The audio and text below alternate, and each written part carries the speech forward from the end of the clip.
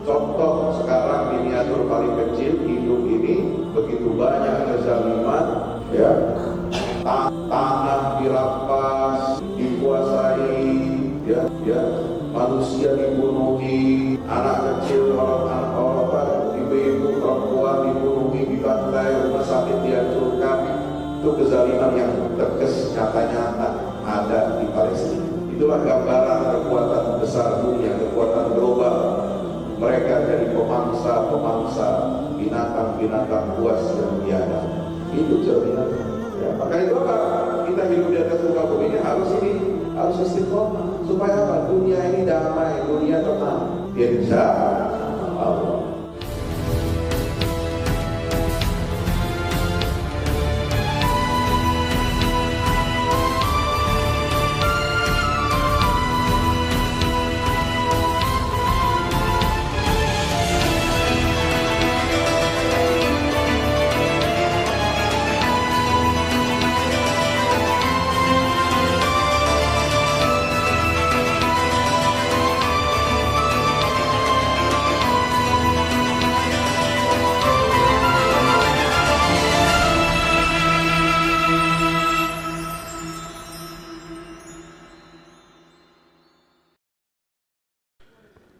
Bismillahirrahmanirrahim.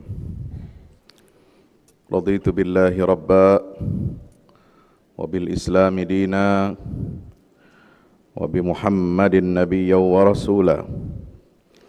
Subhanaka la ilma lana illa ma 'allamtana innaka antal alimul hakim. Rabbi zidna ilma warzuqna fahma. Wa hayyikum bi tahiyyatil Islam wa hiya tahiyyatu ahlil jannah. Assalamualaikum warahmatullahi wabarakatuh.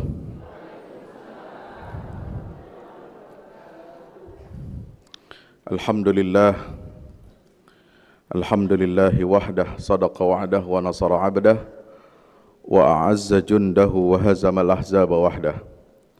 Asyhadu an la ilaha illallah wahdahu la syarikalah wa asyhadu anna Muhammadan abduhu wa rasuluhu la nabiyya ba'dah. Allahumma salli wa sallim wa barik ala sayyidina Muhammad wa ala alihi wa ashabihi wa man tabi'ah hudah ila yaumil qiyamah, amma ba'd. Bapak Ibu, sehat semua? Alhamdulillah. Sehat hatinya? Alhamdulillah. Sehat pikiran? Sehat badan? Sehat kantong?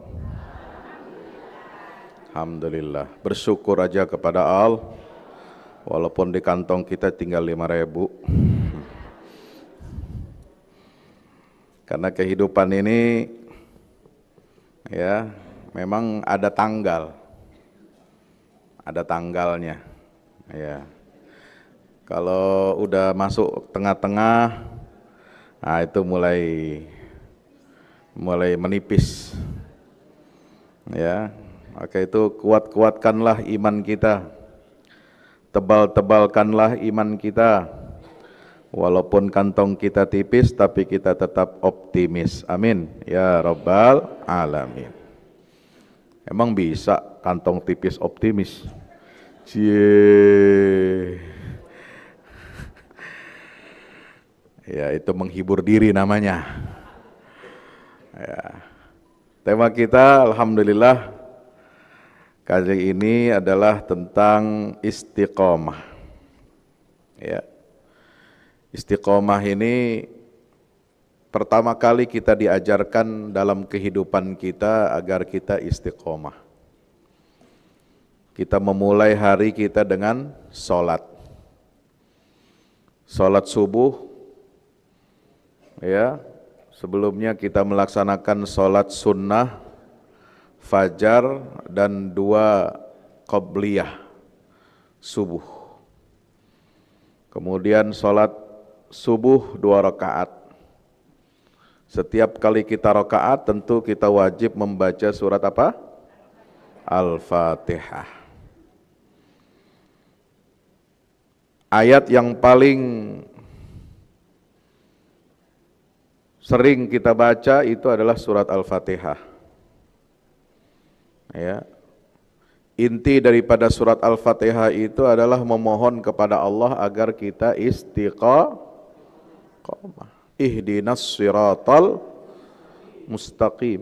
Ya Allah, tunjuki kami ke jalan-Mu yang lurus. Orang-orang yang istiqomah itu adalah mereka yang senantiasa menempuh meniti jalan yang lurus apapun resikonya.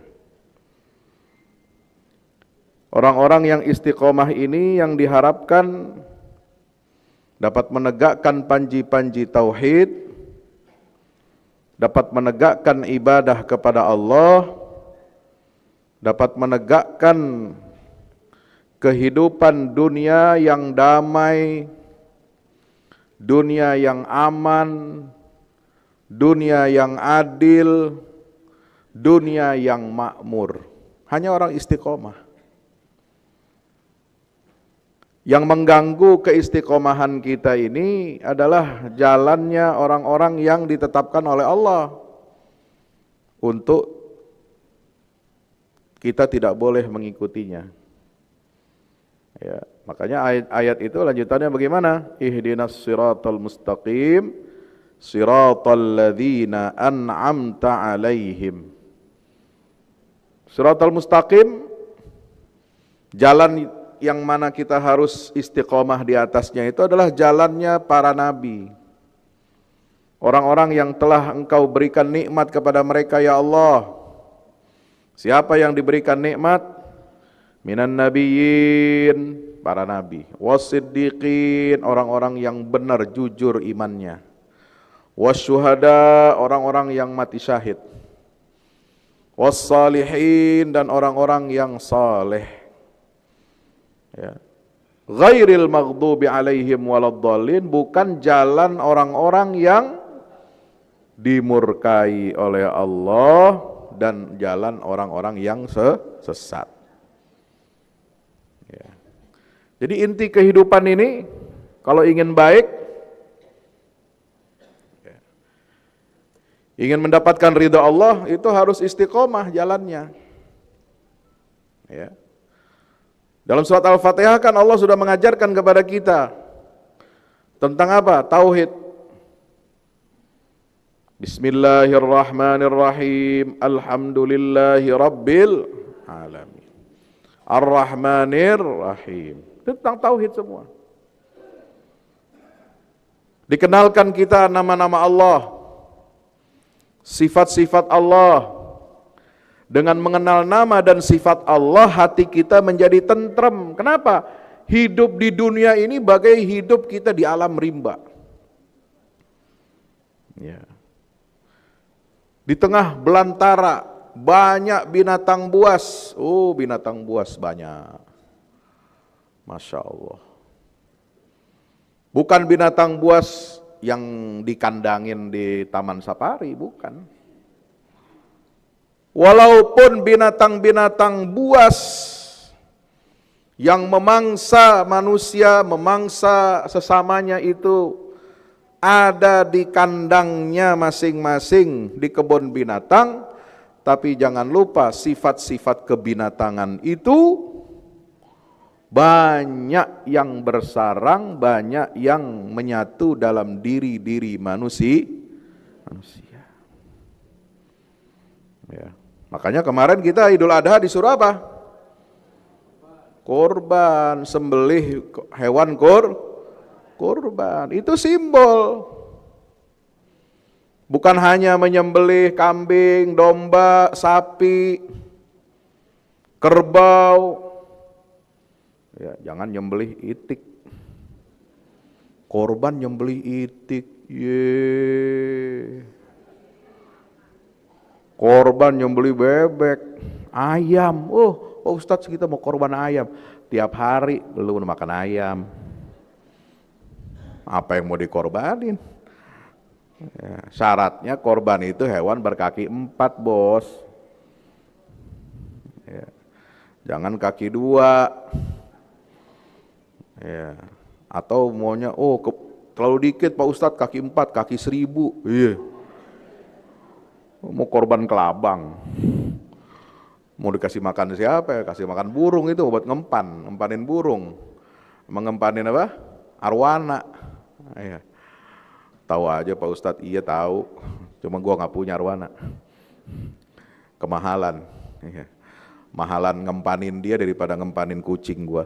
Ya. Bapak Ibu yang dirahmati Allah Subhanahu wa taala, ya, makanya kita diperintahkan Allah setahun sekali itu berkorban untuk apa? Menyembelih sifat-sifat kebinatangan. Nabi Ibrahim diperintahkan oleh Allah untuk menyembelih Ismail, bukan disuruh untuk membunuh anak. Bukan disuruh untuk menyembelih ya putranya yang dikasihi, bukan, tapi itu ujian keimanan. Itu ajaran bagi kita untuk menyembelih sifat-sifat kebinatangan kita. Apa sifat kebinatangan yang paling berbahaya? Adalah cinta kepada dunia.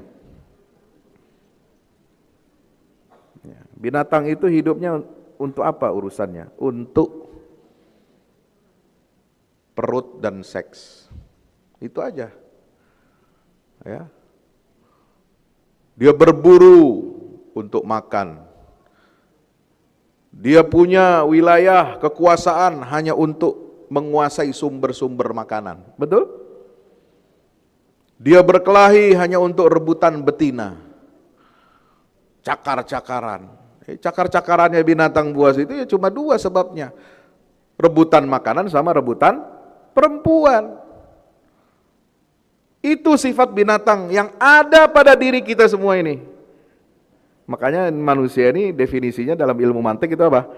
Hayawanun natik, hewan. Manusia itu hewan, cuma dia punya akal. Dia punya kalbu. Ya. Maka kita harus menyembelih sifat-sifat kebinatangan itu, sifat-sifat cinta kita kepada dunia, insya Allah. Hadirin dirahmati Allah Subhanahu wa taala. Maka yang kedua Allah mengajarkan kepada kita apa? Beriman pada hari akhirat. Maliki yaumiddin. Engkau Allah yang kami sembah. Engkau Allah yang memiliki sifat Rahman, Rahim. Tuhan semesta alam. Itu adalah apa? Engkau juga yang memiliki, menguasai hari pembalasan. Hidup di dunia bukan hanya sekedar main dan bersenang-senang. Hidup di dunia adalah untuk beribadah, bertauhid, beramal saleh, sebab nanti akan ada hari pembalasan. Hari perhitungan amal, insya Allah. Ya, ini yang membedakan manusia yang beriman dengan yang enggak beriman. Manusia yang enggak beriman memandang dunia ini segala-galanya. Dunia itu sorga buat dia. Bersenang-senang, mabok dari malam sampai pagi. Ya. Ngumpulin duit enggak kira-kira melanggar hukumnya. Bukan enggak kira-kira cari duit. Boleh cari duit enggak kira-kira, sampai enggak ada batasan duit itu memang. Ya, tapi mbok ya ngumpulin duit itu dengan cara yang benar. Ya, nggak dilarang kita mencari uang, nggak dilarang kita mencari nafkah, nggak dilarang kita mengumpulkan uang. Yang dilarang adalah kalau kita mengumpulkan uang dan harta itu menghalalkan segala cara. Ya. Yang dilarang oleh Allah Subhanahu wa taala adalah kalau kita memiliki anggapan yahsabu annama lahu akhladah. Kalau seorang hamba memiliki keyakinan bahwasanya harta itulah yang membuat dia kekal, nah itu syirik namanya. Harta itulah yang membuat dia bisa hidup. Tidak perlu bergantung lagi kepada Allah, tidak perlu aturan-aturan Allah. Nah, ini bahaya. Ya, nauzubillah min dzalik. Maka apa yang ingin saya katakan, kita hidup di dunia ini banyak sekali binatang-binatang yang buas, hidup kita nggak aman. Kita baru akan aman, baru akan tenang kalau kita mengetahui ajaran Allah, syariat Allah. Hidup di dunia ini akan tenang, tidak akan saling memakan, tidak akan saling memangsa kalau manusia kenal syariat Allah. Betul apa betul? Alhamdulillah.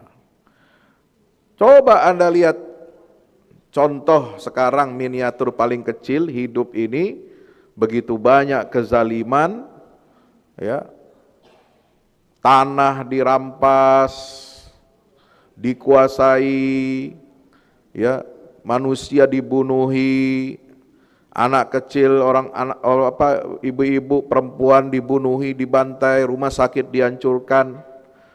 Itu kezaliman yang tegas, nyata-nyata ada di Palestina. Itulah gambaran kekuatan besar dunia, kekuatan global. Mereka jadi pemangsa-pemangsa, binatang-binatang buas yang biadab. Itu cerminannya. Ya, maka itu apa? Kita hidup di atas muka bumi ini harus istiqomah. Supaya apa? Dunia ini damai, dunia tenang. Insya Allah. Apa itu istiqomah? Jamaah sekalian dirahmati Allah. Itu berasal dari akar kata aqama. Qama yaqumu dan aqama yuqimu, artinya berdiri tegak. Konsistensi, keteguhan, keistiqomahan dalam menjalankan perintah Tuhan dalam kebenaran. Itu konsisten, teguh dalam menjalankan kebenaran. Ya. Itu secara bahasa. Kalau syariatnya apa? Arti istiqomah itu al-istiqamatu fiddin, itu adalah al-i'tisam bihablillahil matin. Berpegang teguh kepada tali agama Allah yang lurus, yang kuat. Meniti jalan yang lurus, siratal mustaqim, yaitu jalan ketaatan kepada Allah Subhanahu wa ta'ala, tidak menyimpang ke kanan, tidak menyimpang ke kiri, ya, baik dalam keyakinannya, ucapannya maupun perbuatannya. Ya, jalan Allah itu lurus, nggak ada yang bengkok. Nabi menggambarkan, ya, Nabi ini seorang guru, pendidik yang hebat, luar biasa. Ya, Nabi itu walaupun zaman dulu belum ada laptop, belum ada whiteboard, belum ada proyektor menjelaskan, beliau itu menjelaskan sesuatu itu mudah dicerna, bisa digambarkan secara indrawi. Itu menggambarkan apa? Siratal mustaqim itu beliau ambil satu batang ranting kayu. Ya. Kemudian beliau gambar, tarik garis lurus di atas tanah atau pasir. Nah, beliau itu bilang inilah siratal mustaqim. Kemudian beliau gambar lagi di atas pasir itu jalan yang kecil-kecil, ya, ranting kecil di sebelah jalan garis lurus itu ada yang ke kanan, ada yang ke kiri. Nah, inilah subul, inilah jalan-jalan kecil yang akan menyimpangkan dan menyesatkan kalian dari jalan Allah Subhanahu wa ta'ala. Ya, itu. Apa urgensinya? Apa pentingnya kita istiqomah? Ya, dalam ibadah, dalam kehidupan keseharian kita. Kenapa kita diperintahkan oleh Allah untuk istiqomah? Ihdinas siratal mustaqim. Satu, karena dia adalah perintah langsung dari Allah. Fastaqim kama umirta. Surat Hud ayat 112, Allah Ta'ala berfirman, memerintahkan Nabi kita Muhammad sallallahu alaihi wasallam, wahai Nabi Muhammad, istiqomahlah kamu sebagaimana yang telah diperintahkan kepadamu. Jadi segala sesuatu yang sudah diperintah oleh Allah harus kita jalani, bukan hanya dijalani begitu aja, bukan hanya dijalani sesuai rukun syaratnya, tapi juga harus apa? Istiqomah. Ya. Sekali sholat tetap sholat selamanya. Insya Allah. Itu dia. Jadi bukan hanya sholat nih. Wah, terus kita belajar. Ya. Belajar sholat, belajar syarat-syaratnya, belajar rukun-rukunnya, belajar prakteknya, semangat belajarnya. Tapi ketika pelaksanaannya di hari-hari biasa, ketika kita sudah menguasai ilmu fikih tentang sholat, ternyata sholat kita tidak konsisten. Kadang sholat, kadang enggak. Ya, kadang ingat, kadang enggak. Nah, itu enggak boleh. Itu bukan istiqomah. Nah, istiqomah itu menyatu dengan perintah. Fastaqim kama umirta. Istiqomahlah kamu sebagaimana yang diperintahkan oleh Allah kepadamu. Maka itu istiqomah adalah salah satu kewajiban. Ya, kewajiban. Walaupun enggak ada dalam rukun iman, rukun Islam. Ya. Istiqomah itu kewajiban. Tidak bisa tegak rukun iman dan rukun Islam tanpa istiqomah. Betul? Nggak bisa.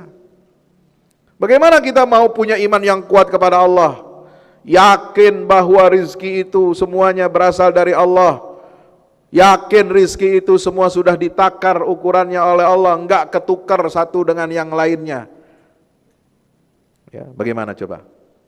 Kalau nggak istiqomah nggak bisa.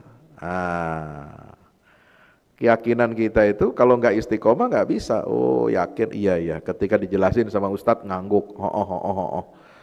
Tapi setelah itu apa? Lihat tetangganya beli mobil baru, bingung dia. Ngapa ya?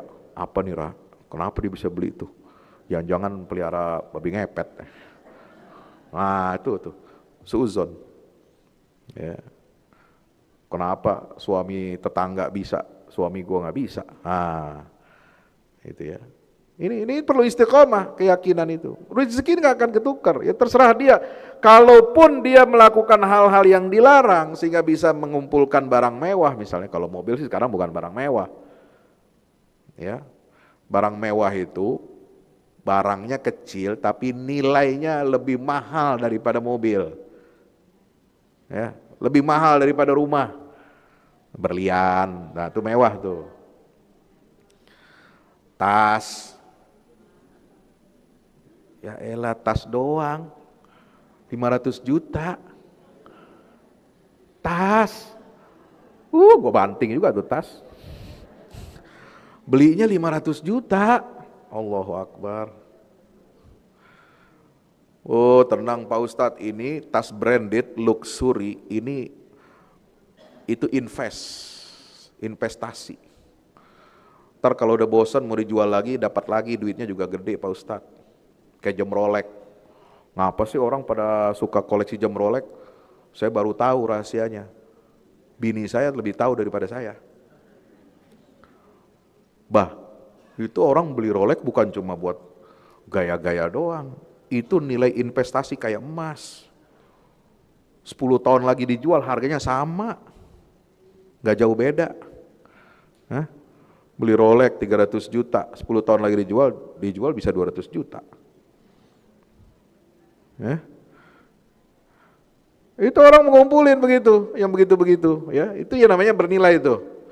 Ya, kecil, nilainya mahal. Kelihatannya sepele, jam doang, apa sih jam? Ya, tapi ada bedanya itu. Ya, dalam dunia begitu-begitu ya. Sama, manusia juga, apa yang membedakan manusia di hadapan Allah ini? Istiqomahnya. Ya. Kalau barang mentahnya manusia itu sama semua. Ada darahnya, ada dagingnya, ada cairannya, berasal dari cairan mani. Ya, keluar dari rahim perempuan, sama bahan bakunya semua manusia. Tapi yang membedakan manusia mana manusia yang kualitasnya loyang sama emas, istiqomah. Ya, iya. Yang membedakan kita semua sama nih, saya sama ibu sama. Cuma posisi saya aja di depan ngasih materi. Tapi sebenarnya di hadapan Allah sama semua. Gak ada bedanya. Ya. dengan ustadz, dengan kiai sehebat apapun, dengan presiden sehebat apapun, dengan pejabat sehebat apapun kekayaannya, ya, kekayaannya Masya Allah, ya, sama kita di depan Allah. Yang lebih kaya dari kita belum tentu dia lebih mulia daripada kita. Karena yang lebih mulia di sisi Allah, paling mulia adalah yang paling bertakwa kepada Allah Subhanahu wa ta'ala. Ya. Jadi yang membedakan manusia ini adalah keistiqomahannya. Orang mukmin semua sama. Derajatnya di sisi Allah sama semuanya orang mukmin itu. Allah nggak pandang bulu. Ya. Tapi yang membedakan kecintaan Allah kepada hambanya lebih daripada yang lain itu adalah derajat keistiqomahannya. Yang kedua adalah apa? Istiqomah ini kenapa penting? Dia adalah pilar keberhasilan hidup di dunia dan akhirat. Ya. Tanpa istiqomah, seseorang akan tergelincir dari jalan kebenaran. Baik itu karena godaan hawa nafsu, godaan setan, atau tekanan-tekanan dunia. Itu kalau nggak punya istiqomah, ya, kepengenan ini, kepengenan itu, itu menyerah kepada dunia. Ya, godaan setan datang ketika sholat, ada aja gangguannya, ya, kunci lah hilang, ya. Duit lah keselip, ya kan? Padahal di kantongnya dia, gitu. Lupa narok, gitu ya. Ada aja godaan setan itu.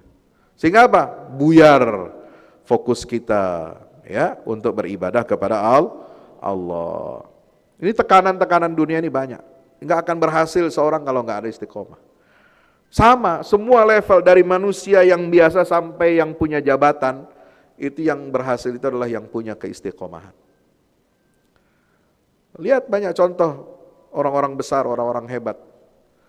Mereka yang berhasil, mereka yang mendapatkan pujian dari orang setelah dia meninggal adalah orang yang istiqomah. Ya, la uzaki 'ala Allah ahadan. Saya tidak ingin menyucikan orang dari kekurangan, ya. Tapi contoh kita lihat misalnya, ada nggak yang mencela Pak Habibie?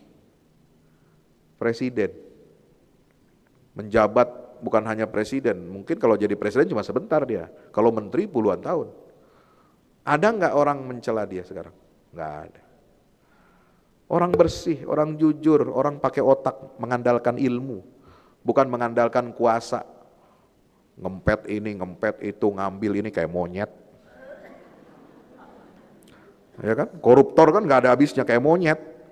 Dapat pisang atu, kakinya lagi, apa dikempet lagi, udah ini semua, ini pahanya kalau bisa diginiin juga, sampai kagak bisa jalan, ya, semua mau diambil, gunung pulau apalagi gas nikel enggak. Itu nggak bakal dikenang orang dengan baik kalau dengan cara-cara yang begitu. Ya. Orang berhasil, orang sukses di dunia dan akhirat, orang yang istiqomah, dia lurus, bersih, kekayaan dia dapat karena ilmu, bukan karena nipu, bukan karena kong kali kong, bukan karena punya jabatan kekuasaan, bukan karena punya anak. Punya anak lagi, nitip dah. Ya. Yang ketiga apa? Istiqomah ini bekal untuk mendapatkan ridha Allah. Ya. Jadi jalan yang paling baik, paling cepat untuk mendekatkan diri kepada Allah adalah istiqomah. Makanya ada ungkapan para ulama, al-istiqomah khairun min alfi karamah. Orang istiqomah dalam ibadah, dalam muamalahnya, akhlaknya lurus, nggak berubah-ubah. Senyum, baik, lembut, nggak pernah ngomongin orang, nggak pernah judes, begitu aja hidupnya, Masya Allah. Rezeki dikit banyak diterima, ikhlas, Masya Allah. Gak pernah ngomongin orang, luar biasa. Malah kalau malam sebelum tidur dia doakan orang. Coba. Doain orang yang zalim kepada dia, yang judes sama dia, yang ngomongin dia, yang fitnah dia, didoakan kebaikan. Coba, ada gak orang begitu? Oh, hebat. Minta ampun dia sama Allah, ya Allah, mohon ampun Pak Allah, barangkali karena saya begini jadi orang ngomongin saya. Nah itu, ada yang ngomong begitu doanya? Boro-boro. Minta ampun sama Allah atas dosa kita, barangkali orang itu berdosa sama Allah gara-gara kita. Ada nggak yang begitu? Nggak ada. Dosa mah dosa aja Pak Ustadz sendiri-sendiri. Jangan bawa-bawa gue dong gitu kan. Ya, masing-masing. Nah itu kalau orang udah mencapai tingkatan begitu, wah itu luar biasa. Ya. Seperti ungkapan Nabi Yusuf alaihissalam, wa ma ubarri'u nafsi innan nafsa la'ammaratum bis-su'i illa ma rahima rabbuh. Aku ini, ya, nah setiap nabi itu kan dijaga sama Allah Pak, dijaga dari perbuatan dosa. Tapi dia mengatakan apa Nabi Yusuf alaihissalam ketika dia di penjara? Walaupun bukti-bukti, dia punya bukti-bukti, ada orang yang bersaksi bahwa Yusuf ini enggak bersalah. Tapi dia tetap bilang apa? Wa ma ubarri'u nafsi, saya tidak ingin membebaskan diri saya dari dosa. Ya. Itu. Wa ma ubarri'u nafsi. Bahkan saking bersihnya dan sucinya Nabi Yusuf dari perbuatan maksiat, sampai maksiat yang ngejar dia. Ada nggak yang begitu? Kita yang ngejar maksiat, ngantri lagi, bayar lagi maksiatnya bayar, udah gitu kebakar. Ada yang kebakar itu, lagi dugem kebakaran. Udah bayar, mahal. Masya Allah, nauzubillah. Tapi Nabi SAW enggak. Kadzalika linasrifa anhu su' wal fahsya. Demikianlah kami yang mengalihkan dari Yusuf, mengalihkan apa? Mengalihkan perbuatan keji dan perbuatan buruk. Kadzalika linasrifa anhu su' wal fahsya. Kami yang mengalihkan perbuatan buruk dan kekejian itu dari Yusuf. Para ulama mengambil sebuah rahasia di balik redaksi ini. Kenapa Allah mengatakan begitu? Memilih redaksi seperti itu. Karena saking bersihnya Yusuf, jauhnya Yusuf dari perbuatan dosa, dari godaan-godaan perempuan, sampai perempuan yang ngejar dia, bukan dia yang ngejar perempuan.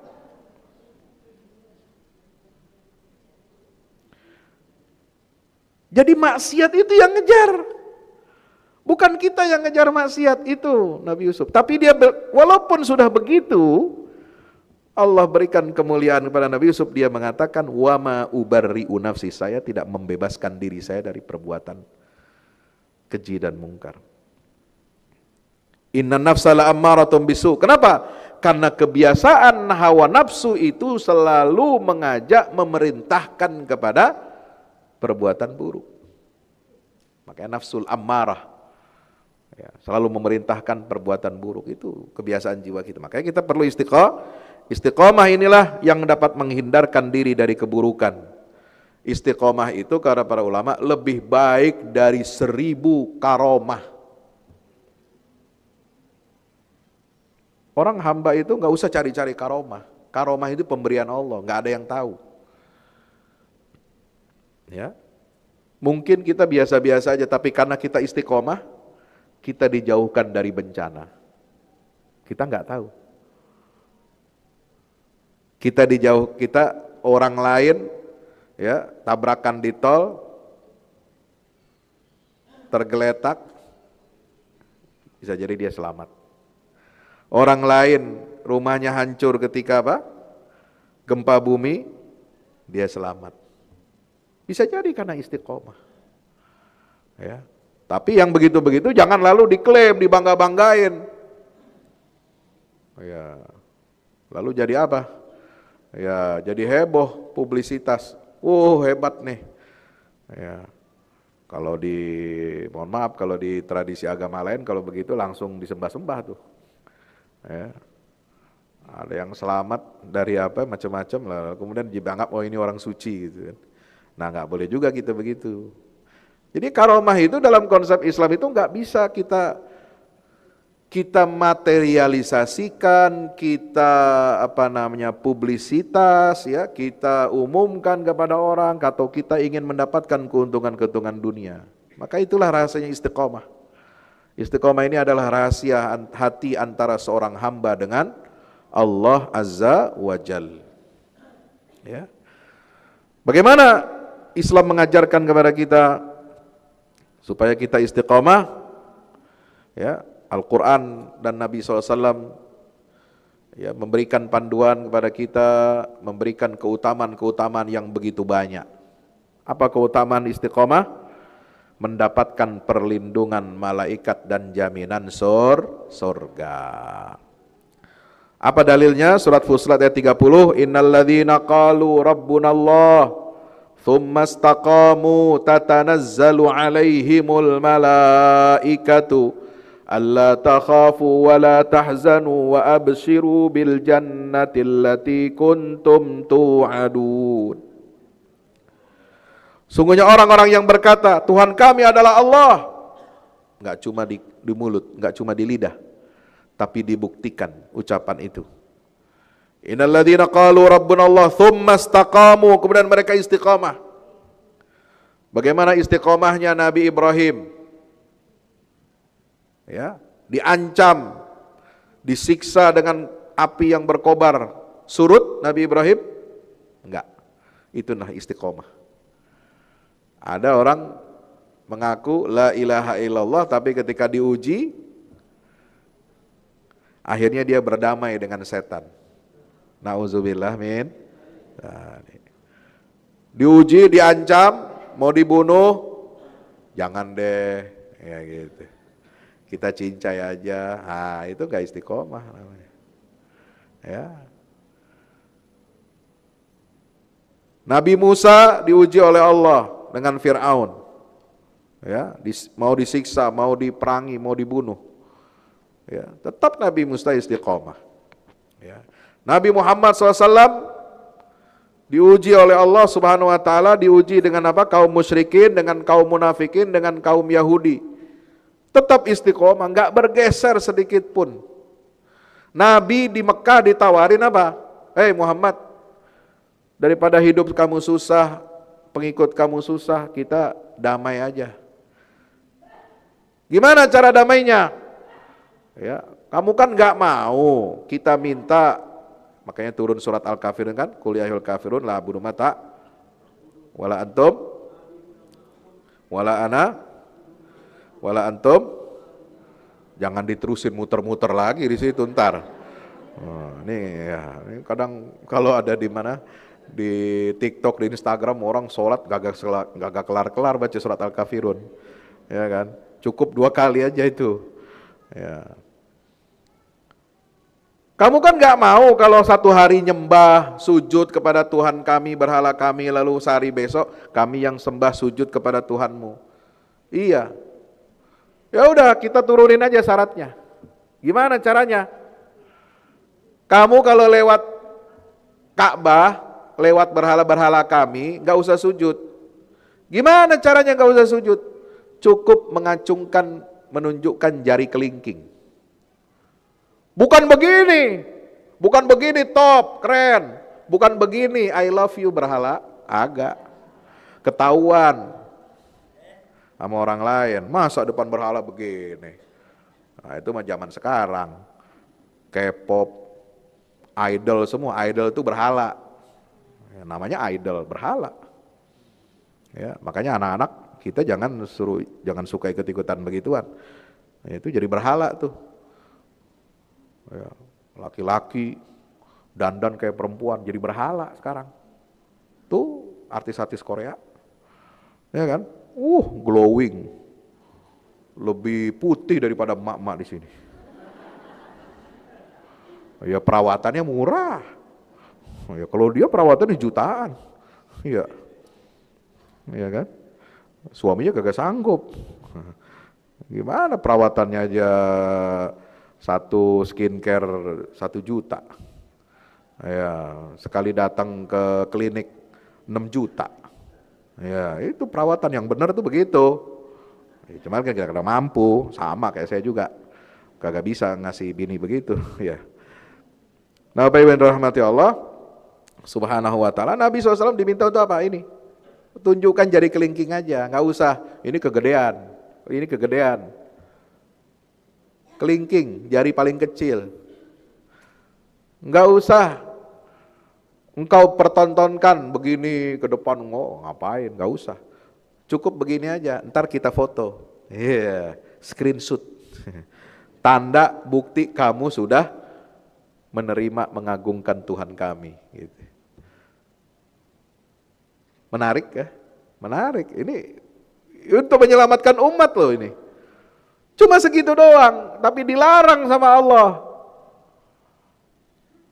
Wa in kadu la yaftinunaka 'anil ladzi auhayna ilaika litaftari 'alaina ghaira idzal lattakhadhuka. Dalam surat Al-Isra itu turun ayatnya. Ya. Laula an thabbatnaka laqad kitta tarkanu ilaihim syai'an qalila idzal la'adzaqnaka dhi'fal hayat wa dhi'fal mamat.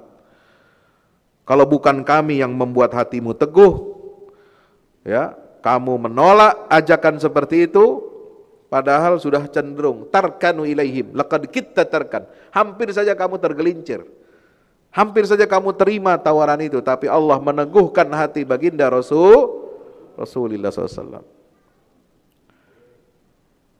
Ya. Kalau Nabi mengikuti cara begitu, walaupun memberikan konsesi, memberikan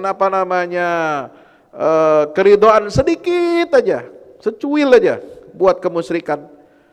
Oh itu bahaya, itu nanti bakal ditiru sama seluruh umat Islam sampai hari kiamat. Maka alhamdulillah, summa alhamdulillah, Nabi dijaga oleh Allah sehingga kita umat Islam dijaga dari penyembahan terhadap berhala dan dari penghormatan sekecil apapun terhadap berhala. Gak boleh.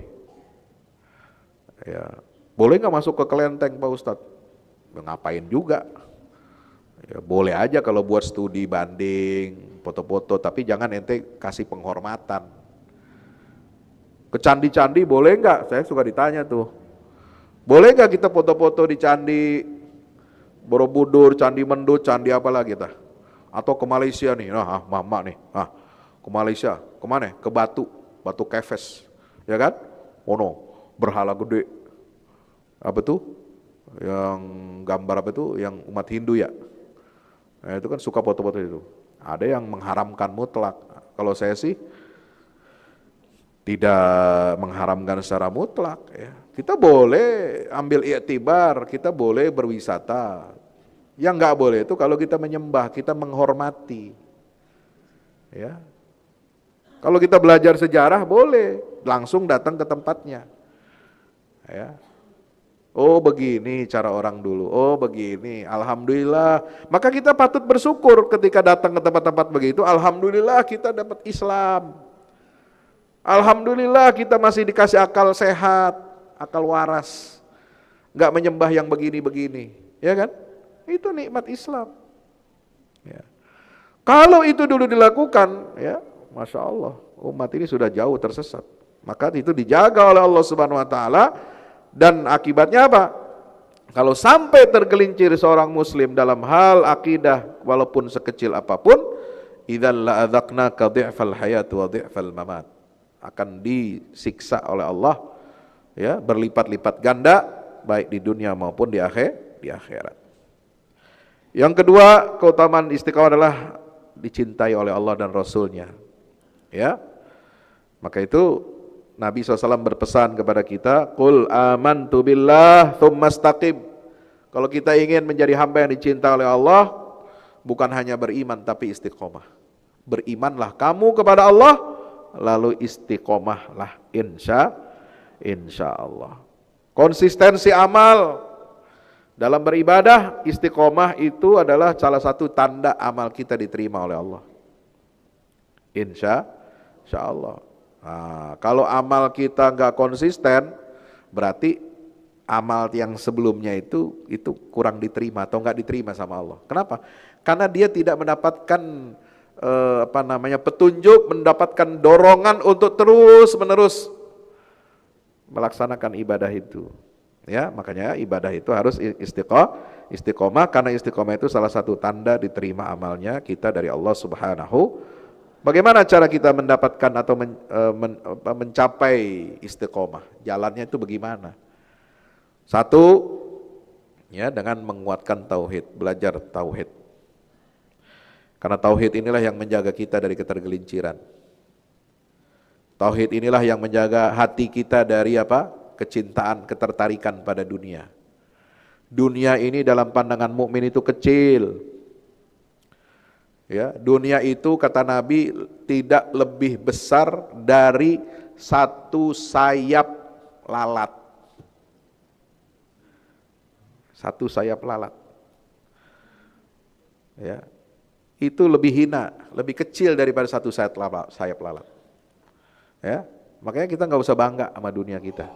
Harta boleh banyak tapi jangan kita bangga-banggain. Karena yang patut untuk kita bangga-banggakan di hadapan Allah nanti adalah iman dan amal soleh. Kalau harta dapat banyak di dunia, alhamdulillah, dengan cara yang halal, alhamdulillah, itu namanya bonus. Bonus. Orang kalau dapat bonus ya seneng aja, nggak usah terlalu bagaimana. Bonus itu. Ya. Gunakan bonus itu untuk kita jadikan sarana untuk beribadah kepada Allah. Jangan kemudian jadi jadi sebab kita untuk menindas orang, mengecilkan orang, menghina orang, menzalimi orang. Jangan. Itu bonus itu juga dapat titipan dari Allah. Itu ujian tuh kekayaan. Jangan dikira kemuliaan. Banyak orang menganggap kekayaan, jabatan, kemuliaan dari Allah. Enggak. Fa'ammal insanu idza mabtalahu faqadara alaihi rizqahu fayaqulu rabbi ahanan. Enggak, kata Allah enggak begitu. Bukan berarti orang yang seret rezekinya, sempit rezekinya lalu itu adalah bentuk Allah menghina mereka. Enggak. Atau sebaliknya. Wa ma idzabtalahu ayatnya berikutnya apa tuh? Ya, fayaqulu rabbi akraman kan? Ya. Sebaliknya kalau orang dikasih kekayaan, kelebihan banyak lalu dianggap itu adalah Allah memuliakan kita, bukan. Itu semua ujian. Agar kita bersyukur kepada Allah Subhanahu wa taala. Itulah tauhid yang mengajarkan kita itu. Kalau kita enggak punya pondasi tauhid, kita tidak bisa istiqomah. Cara untuk mendapatkan kita bisa istiqomah dengan cara apa? Belajar, pahami agama dengan baik. Ya, belajar, istiqomah itu harus dipelajari. Ya, mencontoh dari orang-orang terdahulu yang baik, benar, sudah teruji. Ya, siratal ladzina an'amta 'alaihim minan nabiyyin wasiddiqin wasyuhada wassalihin. Bagaimana caranya kita tahu mereka, biografinya, perjalanannya? Ya harus belajar. Baca buku. Ini ada sahabat kita ya, punya toko buku dulu, sekarang udah nggak tahu toko bukunya. Ya, itu ada biografi Nabi dan para sahabat, Khulafaur Rasyidin. Itu mesti dibaca. Jadi kita tahu, ini istiqomahnya orang tuh mesti begini. Kalau nggak belajar nggak bisa. Ya, yang ketiga berdoa, minta supaya kita istiqomah. Ya muqallibal qulub, tsabbit qalbi ala dinika. Ya Allah yang maha membolak-balikan hati, tetapkan hatiku pada agamamu. Yang keempat, berkawan dengan orang soleh, bergabung dengan orang soleh. Ya ayyuhalladzina amanu taqullaha wa kunu ma'as shadiqin. Hai orang-orang yang beriman, bertakwa kamu kepada Allah dan jadilah kamu bersama orang-orang yang jujur. Jadi gaulnya sama orang benar. Gaul sama teman pengajian, insya gaul sama yang ahli masjid, insya Allah. Ya. Bisa membangun jejaring dengan orang-orang soleh, itu akan mendukung kita, lingkungan kita akan menjadi baik dan kehidupan kita akan istiqamah, insya Allah. Yang terakhir, cara supaya kita bisa istiqamah, jalan untuk mencapai adalah dengan memperbanyak zikir dan amal saleh. Ya, zikir akan menghubungkan hati kita dengan Allah, dan amal saleh akan memperkokoh keimanan kita. Amin ya rabbal alamin. Demikian yang dapat saya sampaikan. Mudah-mudahan bermanfaat buat kita semuanya sebagai tazkirah, pengingat. Ya, pengingat sama-sama. Saya juga masih perlu belajar istiqomah. Kita saling belajar, saling menasehati, saling menguatkan, saling membantu dalam istiqomah. Insya Allah. Bukan berarti yang menyampaikan materi, yang tukang ceramah, yang jadi mubalik, dia hidupnya lebih istiqomah. Bukan berarti ibadahnya lebih istiqomah, enggak. Bisa jadi Bapak Ibu lebih istiqomah dari saya.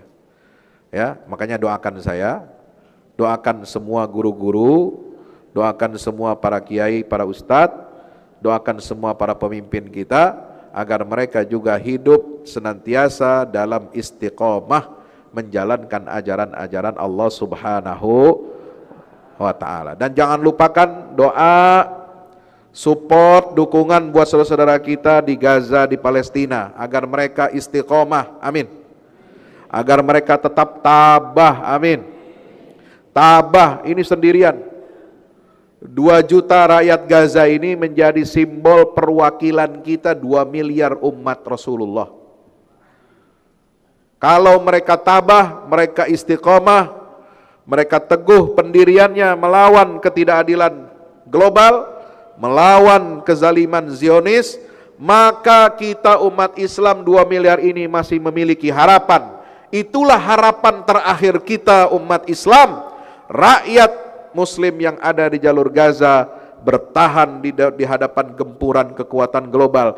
Apa tugas kita? Tugas kita adalah memberikan dukungan yang maksimal, bersuara yang maksimal, memberikan dukungan buat mereka supaya apa? Supaya mereka istiqomah, saling membantu dalam istiqomah. Amin ya rabbal alamin. Aqulu qouli hadza astaghfirullah li wa lakum. Wassalamualaikum warahmatullahi wabarakatuh.